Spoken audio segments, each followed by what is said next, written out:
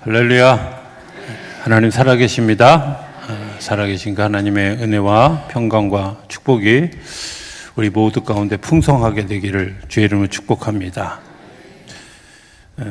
우울증이라는 단어가 요즘은 많이 보편화되어져서 사람들이 쓰는 용어지만, 제가 신학교에 들어가서 처음 우울증의 원인과 치료라고 하는 책을 읽을 때는 우울증이 뭔지 잘 모를 그때 단지 저자가 좋아서 그 책을 읽게 되었습니다.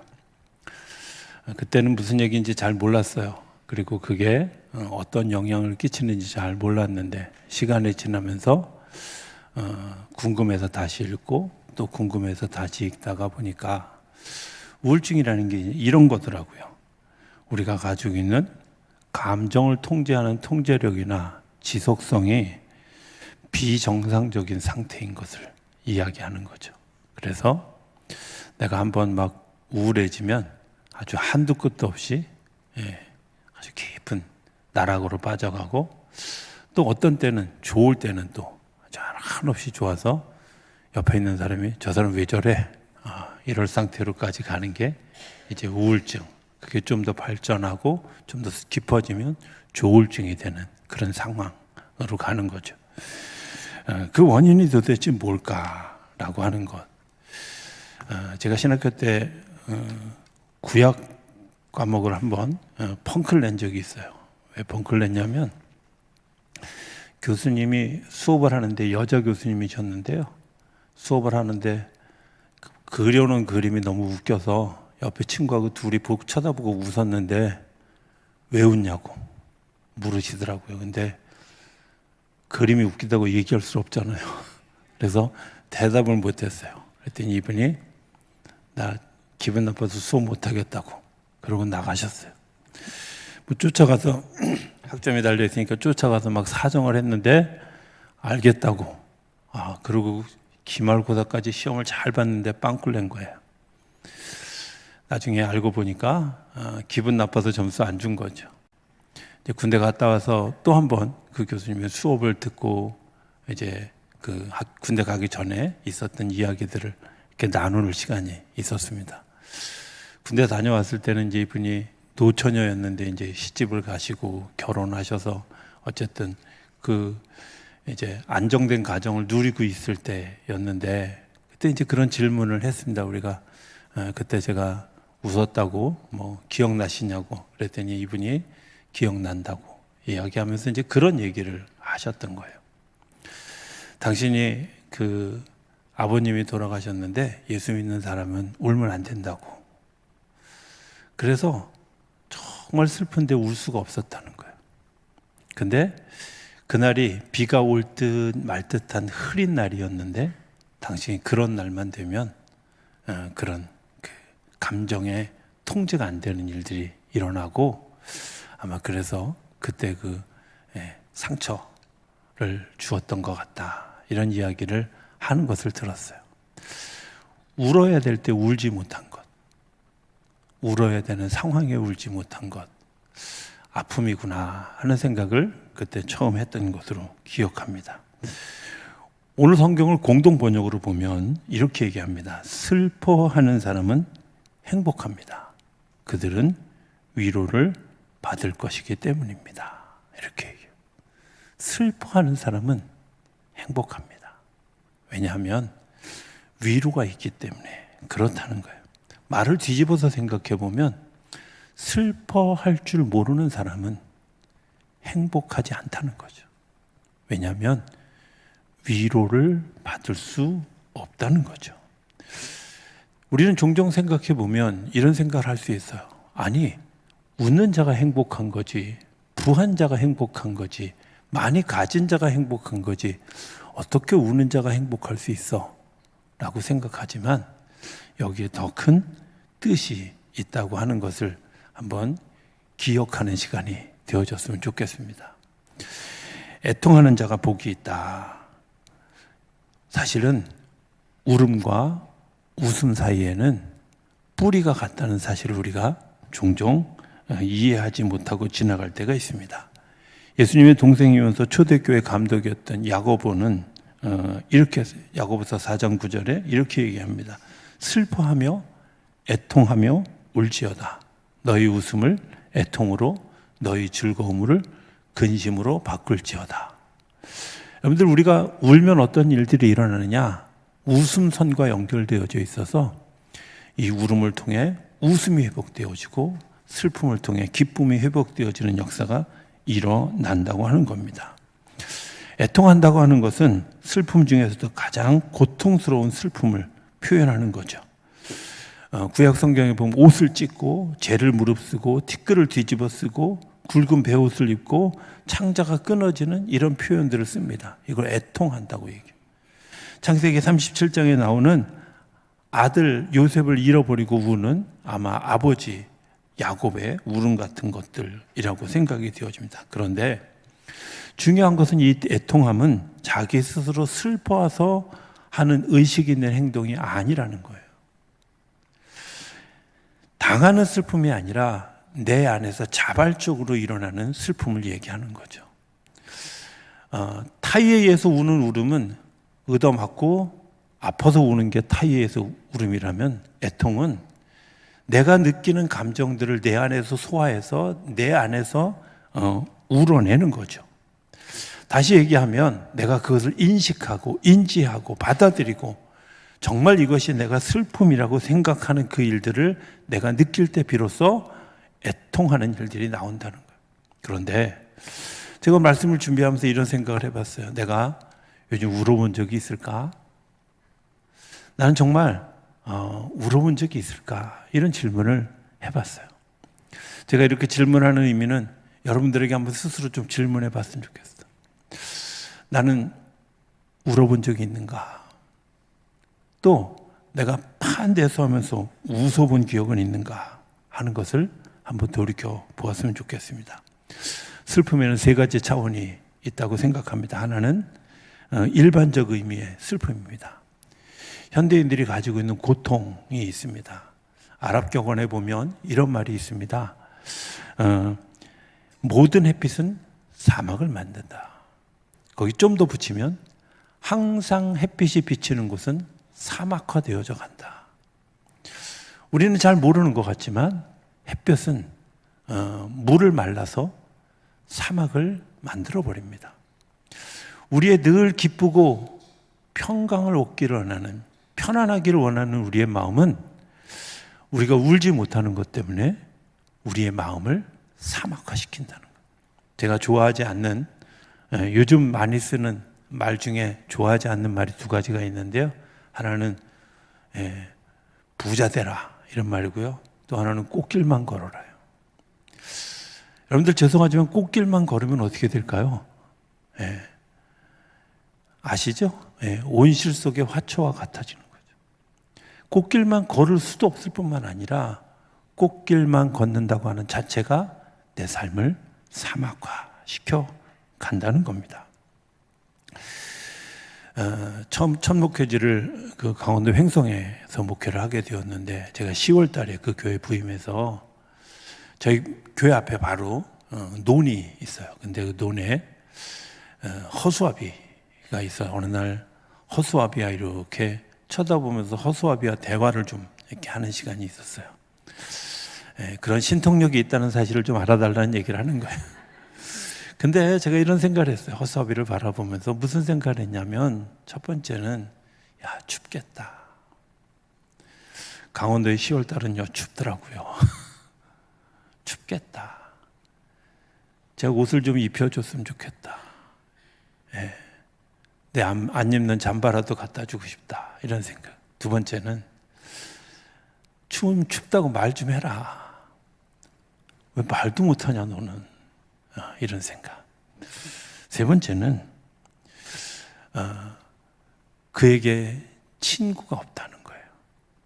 왜 이렇게 멀리 떨어뜨려 놨는지 좀 옹기종기 붙여놓으면 얼마나 좋아. 이야기도 못하게 떨어뜨려 놨다. 제가 이제 생각이 여기까지 미쳤을 때 하나님이 제게 주셨던 마음이 있었어요. 그게 뭐냐면 그 허수아비가 너희 성도들이야. 그 허수아비가 너희 성도들의 모습이야 그랬어요. 제가 정말 가슴 아프게 그날 그 이야기를 들었어요. 그렇구나. 홀로 있습니다. 농촌의 삶이라는 게 그런 거 아니겠어요? 해 뜨면 나가서 일하고요, 해 지면 집에 들어가서 씻고 밥 먹고 자는 게 일상이에요.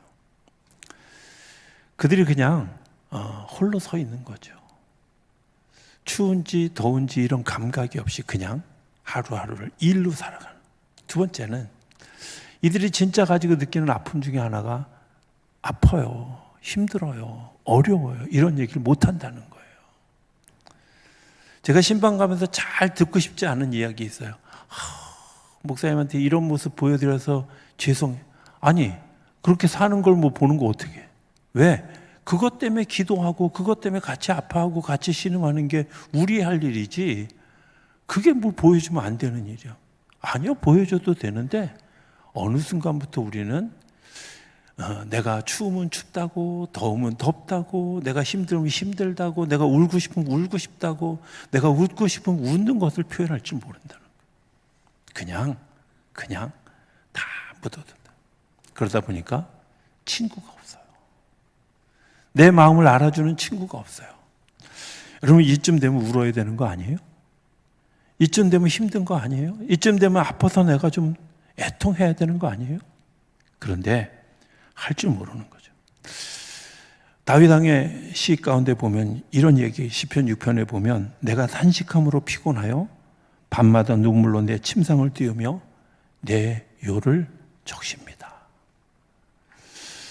다윗의 심정이 어땠을까? 탄식함으로 피곤하다. 밤마다 눈물로 내 침상을 띄운다. 내 요를 적신다. 여러분들 요가 젖도록 울어보신 경험이 있습니까? 다윗의 마음이 그랬던 마음. 시편 42편에 보면 이렇게 내 눈물이 주야로 내 음식이 되었습니다. 어쩌면 진정한 다윗이 되어지는 순간은 이런 거라고 생각합니다. 거짓되고 위선되고 아무 가치도 없는 영화들을, 그래서 병들게 하고 넘어지게 하는 그것, 내가 애통하는 거죠. 외부적 자극이 있는데 그것을 내가 인식하고 자각하고 우는 거죠. 아파하는 거죠. 그런데 이 애통 속에서 얻어지는 게 있어요. 첫 번째는 나 자신과 내 자신에 대한 진실을 얻게 된다는 거예요. 여러분들, 내 삶의 고통의 극단에 가보면 내가 누군지가 보이죠. 이런 거 아세요? 제가 어느 날 싸우는데 그 싸우는 걸 녹음한 적이 있어요. 그 녹음의 원래 목적은 뭐냐면 상대방이 너 이렇게 심한 말을 해, 이거 보여주려고 사실은 녹음을 했어요. 어느 날 그러고 나서 제가 들으니까 난 더 심한 말을 하고 있더만. 모르더라고. 내가 정말 모르는. 극단에 가봐야 내가 어떤 존재인지라는. 사람들은 그 극단에 가보기를 원하지 않아요. 가려고 하지 않아요. 아니, 그 감정을 느끼려고 하지 않아요. 그런데 운다는 감정은, 내가 운다고 하는 것, 애통한다고 하는 것은 그 극단의 감정에 내가 이르렀을 때 비로소 내가 얼마나 악하구나, 내가 얼마나 심한 말을 하고 있구나, 내가 얼마나 악한 생각을 가지고 있구나 하는 것들을 알게 한다는 거죠. 애통할 때 또 다른 하나, 내 가치가 얼마나 커다란 존재인지를 알게 하는 거죠. 왜? 내가 그렇게 악한 존재임에도 불구하고 여전히 나를 지켜주시는 하나님이 있다는 사실을 깨닫게 하는. 두 번째는 친구를 얻게 해요. 울어보면 친구가 진짜인지 가짜인지 금방 알아요. 웃을 때 같이 있는 친구는 사실 한 4분의 1쯤이지만 울 때 같이 있는 사람은 진짜 친구입니다. 아파할 때 같이 있는 사람은 진짜 친구죠. 요 가까운 데 있는 우리 지방에 계시다가 이제 다른 지방에 있는 목사님 한 분의 간증 속에서 그런 이야기를 들었습니다. 이 목사님이 목회하기 전에 청년 시절에 하도 삐뚤어 나가니까 어느 날 하나님이 그러셨는지 잘 모르지만 버스가 바퀴가 자기 몸을 타고 넘어가는 중상을 입어서 1년 동안 병원에 입원해 있었다고 그래요. 그분의 표현에 의하면 산부인과하고 소아과 빼고는 다 가봤다고. 1년 동안 그 병원에 있었. 그런데 그 친구 중에 하나가 자기가 병원에 입원한 날부터 와서 간호를 하더래요. 그래서 야, 너 직장은 어떻게 하고 여기 와서 이러냐 그랬더니 태연하게 이 친구가 마치 하나님이 너를 도와주라고 간호하라고 회사가 해서 유급휴가를 줬다고. 그러고 와서 도와줬다는 거예요. 한 3개월을 그렇게 나중에 알고 보니까 그 친구가 당신을 치료하기 위해서, 당신을 도와주기 위해서 회사를 그만두고 그걸 도와줬다는 사실을 알게 되죠. 친할까요? 극한의 고통 속에서 친구를 발견하게 되죠. 세 번째는 무엇보다 큰 소득은 하나님을 발견하게 된다는 거예요. 저는 초신자들에게 자주 듣는 이야기겠어요. 내가 예수 믿게 될 줄 상상도 못했습니다. 그렇죠? 극한 고통을 겪고 나서 보니까 하나님이 나를 얼마나 사랑하시는지, 나와 함께 하시는 하나님을 발견하게 되죠. 히스기야라고 하는 왕이 있습니다. 그분은 좋은 왕이었습니다. 선한 왕이었습니다. 정직하고 하나님을 사랑하는 자였습니다. 그런데 그가 내가 죽게 될 것이다 라는 이야기를 듣고 하나님 앞에 벽을 마주대고 울면서 기도하기 시작했죠. 그런데 그가 좋은 왕이었고 하나님을 사랑하는 왕이었는데 더 깊어진 14년을 사는 축복을 누리게 되는 거죠. 좋든 나쁘든 간에 하나님을 만나는 경험, 그건 내가 울 때 할 수 있는 경험이라고 생각이 되어집니다. 두 번째는 자기 자신에 대한 애통이죠. 회개의 애통을 이야기합니다. 에밀 브루너라고 하는 신학자는 이런 얘기를 합니다. 잘못된 기차 안에서의 선행은 무효다. 회개에는요, 왕복거리가 있어요. 내가 간 만큼 돌아와야 돼요. 여러분들 너무 멀리 가지 않게 되길 바랍니다. 왜? 돌아와야 될 시간이 오래 걸려요. 회개한 사람이 흘리는 눈물, 그게 애통이죠.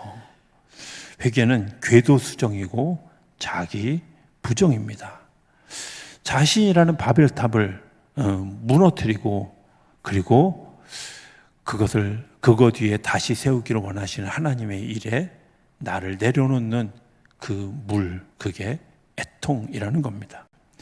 예수님은 바리새인과 세리의 기도를 통해서 이 눈물의 의미를 이야기합니다. 눈물이 메마른 바리새인은 기도할 때 이렇게 기도하죠. 성전 가운데 서서 하나님, 저는 주일 성수도 잘했고요, 11조도 잘했고요, 제가 일주일에 3번씩 금식하고요, 기도 시간도 잘 지켰습니다. 저는 의로운 사람입니다. 눈물 없는 바리새인을 향해서 주님은 그 바리새인의 기도를 듣지 않으신다고 이야기하죠. 반면에 세리는 제가 죄인입니다. 역사 앞에 죄인입니다. 백성들을 괴롭히는 사람들입니다. 저는 감히 하나님 앞에 올 만한 자격도 없는 사람입니다. 라고 성전 한쪽 구석에서 눈물을 흘리며 기도하는 세리의 기도를 주님이 들으셨다는 거예요. 나는 지금 어떤 기도를 하고 있는가? 저는 다윗 왕을 쳐다보면서 그런 생각을 하게 될 때가 많이 있습니다. 성경은 다윗을 굉장히 대단한 사람이라고 표현합니다. 성경에 다윗이라는 단어가 800번이 넘게 나옵니다. 틈만 나면 하나님은 내 종 다윗을 보라. 이스라엘 백성들도 다윗 왕이 최고의 왕처럼. 그런데 면면히 들여다보면 다윗 왕은 그렇게 최고의 왕이 아닌 것처럼 느껴져요. 결정적인 죄를 지은 것뿐만 아니라 그가 때로는 너무 야비하고 때로는 너무 욕심장애인 것 같아요. 우리가 잘 아는 것처럼 다윗은 남의 아내를 빼서 가정을 파괴하고 그 남편을 전쟁터에 내보내서 일부러 죽게 하는 청부살인도 했어요. 그런데 하나님은 그 다윗을 기뻐하시는 거예요. 이유가 뭐예요? 두 가지예요. 하나는 그가 실패했던, 성공했던, 잘했던, 못했던 어떤 때에도 하나님을 늘 바라보고 하나님의 말씀에 귀를 기울였다는 거예요. 다윗이 밧세바와 동침하고 난 다음에 아들을 낳았습니다. 근데 그 아들이 죽게 되어졌죠. 죽고 난 다음에 하나님이 그 다윗에게 해주신 이야기가 있어요. 내가 너의 왕조를 지킬 것이다. 그러나 내 집에 칼이 멈추지 않을 것이다. 귀담아 들었어요. 나중에 아들 압살롬이 반란을 일으켰습니다.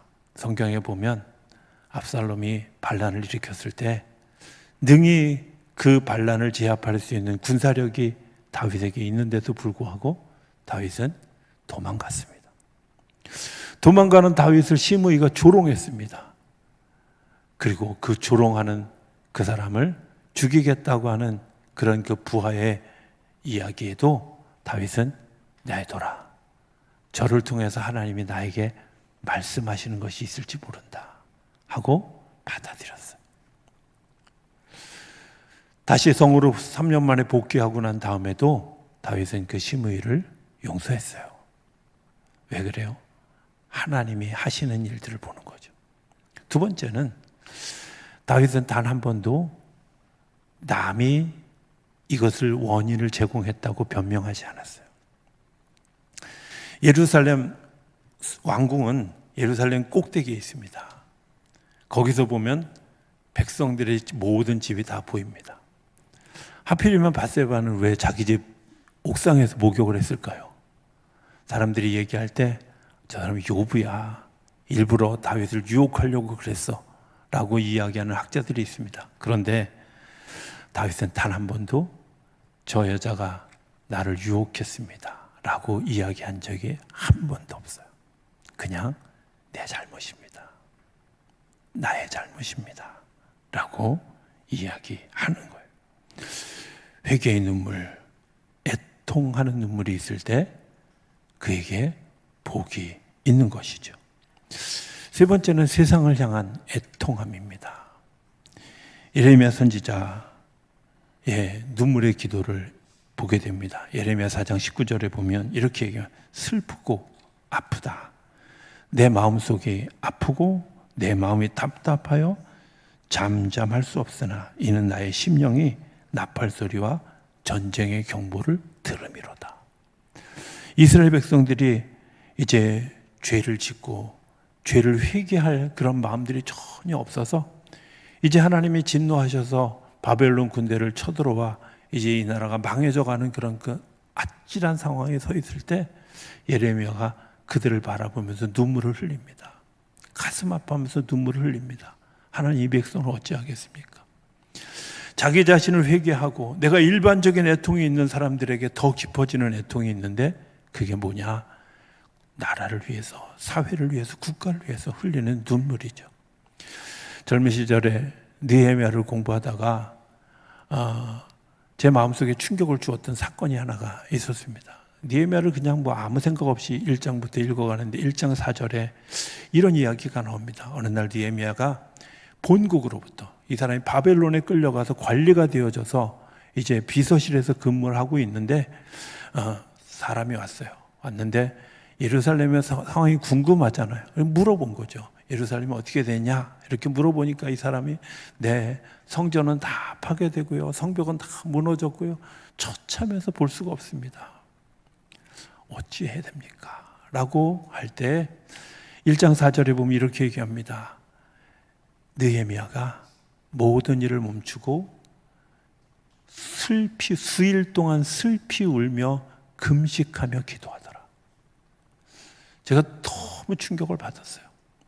제가 그 성경을 읽을 때 우리나라가 어떤 상황이었냐면 틈만 나면 데모하고 막 길거리에 나가면 돌이 날라들고 화염병이 날라드는 그런 시간대였습니다. 요즘은 상상도 잘 못하는 그런 시간이지만 그런 때였어요. 하나님이 제 마음속에 주셨던 마음이 이거였습니다. 너 돌 던진다고 바뀌어? 화염병 던진다고 바뀌어? 네가 네 의견을 내놓는다고 바뀌어? 네가 해야 될 일은 이거야. 아프면 울어. 아프면 금식해. 아프면 기도해. 제 생각이 바뀌는 굉장히 중요한 도구가 되어졌어요. 그래. 하나님의 손에 의해서, 하나님의 역사에 의해서 하나님이 그 일들을 움직여 간다면 내가 그들이 흘려야 될 눈물을 내가 흘리는 것이 맞지. 내가 그들이 흘리지 못하는 눈물을 내가 흘리는 게 맞지 하는 것들을 생각하게 되고 생각의 전환이 시작되어지고 그러면서 대안을 생각하게 되고 오늘 내가 맡겨진 일을 내가 이 상황에서 무엇을 할 수 있을까를 고민하는 일들을 다시 생각하게 하는 계기가 되어졌던 거죠. 문제의 결론은 위로입니다. 분명한 것은 우는 사람에게 하나님이 주시는 하나님의 응답은 위로라고 하는 겁니다. 슬픔으로, 애통으로 끝난다면 그게 무슨 소용이 있겠어요? 그런데 하나님은 우리에게 약속하는 거예요. 우는 사람에게, 애통하는 사람에게 내가 너희를 위로할 것이다. 우는 사람에게 내가 너희를 위로할 것이다. 우는 사람에게 주시는 가장 커다란 일, 그건 주님의 위로입니다. 자연적이고 필연적인 게 아니라 하나님으로부터 기획되어져서 우리에게 주어지는 것이라는 겁니다. 자연스럽게 다가오는 것이 아니라 하나님이 우는 사람을 향해서 기획하고 계획하셔서 당신이 부어주시는 것들이라는 겁니다. 그래서 우리의 눈물, 우리의 아픔은 하나님의 위로를 경험하는 통로가 되어줄 수 있다는 거죠. 그래서 애통하는 사람들에게 복이 있다고 이야기합니다. 예수님은 우리에게 위로자가 되어주시고 성령 보혜사님도 우리에게 위로자가 되어주셨습니다. 어떤 분의 3번의 눈물을 제가 살짝 간증으로 들었던 적이 있었습니다. 사석에서 제가 성경 공부할 때 자주 이분의 얘기를 했기 때문에 아마 간략하게 그냥 혹시 나중에 그 이야기의 전편이 궁금하면 저한테 따로 오시면 제가 성경 공부 시간에 하겠습니다. 하지만 짧게 하겠습니다. 저희 옆집에 거지가 살고 계셨습니다. 옆에 집에. 이 거지는 직업이 거지인데요. 어느 날 이분이 얼굴이 환해졌어요. 왜 환해졌나? 주택복권을 샀는데 1등에 당첨된 거예요. 이분이 너무 좋아가지고 용산에는 주택은행이 없어가지고 노량진으로 주택은행을 향해서 걸어가다가 너무 좋아서 이제 이 거지 끝이야. 그리고 자켓을 벗어서 강물에 확 던졌는데 거기에 주택복권이 있었던 거죠. 정말 3일을 울더라고요. 옆에 주니까 다 들리잖아요. 얼마나 우는지. 어느 날 울음이 끝쳐서 돌아가셨나? 이런 생각이 들 정도로.